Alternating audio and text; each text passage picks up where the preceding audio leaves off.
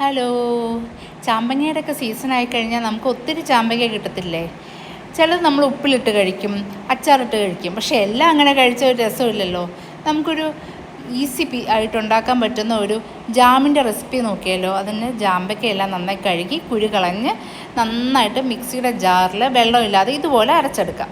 എന്നിട്ട് നല്ല ചുവട് കട്ടിയുള്ള പാത്രത്തിലേക്ക് ഈ ചാമ്പയ്ക്കയുടെ മിക്സ്ചർ ഒഴിച്ച് അതിന് നമ്മളുടെ മധുരത്തിന് ആവശ്യമായ മധുരം ചേർക്കും. ഞാനിപ്പോൾ ഇത് 1.5 കിലോ ചാമ്പയ്ക്കയ്ക്ക് 1/2 കിലോ പഞ്ചസാരയാണ് ഇപ്പോൾ ചേർത്തിരിക്കുന്നത്. എന്നിട്ട് നന്നായിട്ട് അതൊന്ന് നമുക്ക് തീ കത്തിക്കുന്നതിന് മുന്നേ നന്നായിട്ട് ഇളക്കി ഈ പഞ്ചസാരയും ചാമ്പങ്ങയും ഒന്ന് മിക്സ്ഡ് ആക്കി വെക്കാം. എന്നിട്ട് മെല്ലെ തീ കത്തിച്ച് ആദ്യം നമുക്ക് തീ കൂട്ടി വെക്കാം, കുഴപ്പമില്ല. പക്ഷേ അത് കുറുകി വരുമ്പോഴത്തേനും അത് പൊട്ടാൻ ചാൻസ് ഉണ്ട്. പൊട്ടുമ്പോഴത്തേനും നമ്മളുടെ കയ്യിലും മുഖത്തും ദേഹത്തൊക്കെ തെറിക്കാനും ചാൻസ് ഉണ്ട്. അപ്പോൾ നമ്മൾ തീ കുറച്ച് വെച്ച് കൈവിടാതെ ഇളക്കിക്കൊണ്ടിരുന്നാൽ മതി. അങ്ങനെ ഇളക്കി ഒരു പകുതി പരുവാകുമ്പോഴത്തേനും നമുക്ക് ഈ ചെറുനാരങ്ങയുടെ നീര് പിഴിഞ്ഞത് ഒഴിച്ചു കൊടുക്കാം. ഞാനിപ്പോൾ ഇത് 1.5 ചെറുനാരങ്ങയുടെ നീരാണ് ഇപ്പോൾ ഒഴിച്ചു കൊടുത്തത്.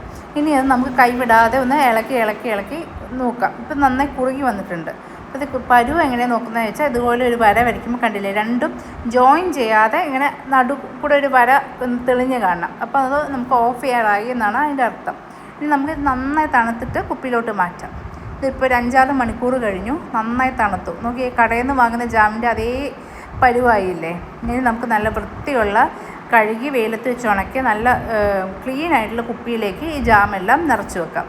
നോക്കിക്കേ, ഇതിപ്പോൾ എനിക്ക് 1 കുപ്പിയോളം ജാം കിട്ടിയിട്ടുണ്ട്. ഇനി നമുക്ക് നല്ല രസമില്ലേ ഇത് കാണാൻ. നമുക്ക് ഇതിന് കളർ വേണമെങ്കിൽ ആ ചാമ്പയ്ക്ക അരയ്ക്കുന്ന സമയത്ത് ഒരു ചെറിയ കഷ്ണം ബീട്രൂട്ട് ഇവിടെ അരച്ചാൽ നല്ല റെഡ് കളറിലുള്ള ചാമ്പയ്ക്ക കിട്ടും. നോക്കിക്കേ, നമുക്ക് ഇനി ഇതിൻ്റെ ടേസ്റ്റ് നോക്കിയാലോ. നമുക്ക് ഇതെനിക്ക് കടയിലൊക്കെ കിട്ടുന്ന ജാം പോലെ തന്നെ നന്നായിട്ട് അത് സ്പ്രെഡ് ആവുന്നുണ്ട്, കണ്ടോ. കടയിൽ നിന്ന് വാങ്ങാത്ത ജാമാണെന്ന് ആരെങ്കിലും പറയുമോ? നമുക്കിനി അതൊന്ന് ടേസ്റ്റ് ചെയ്ത് നോക്കാമേ.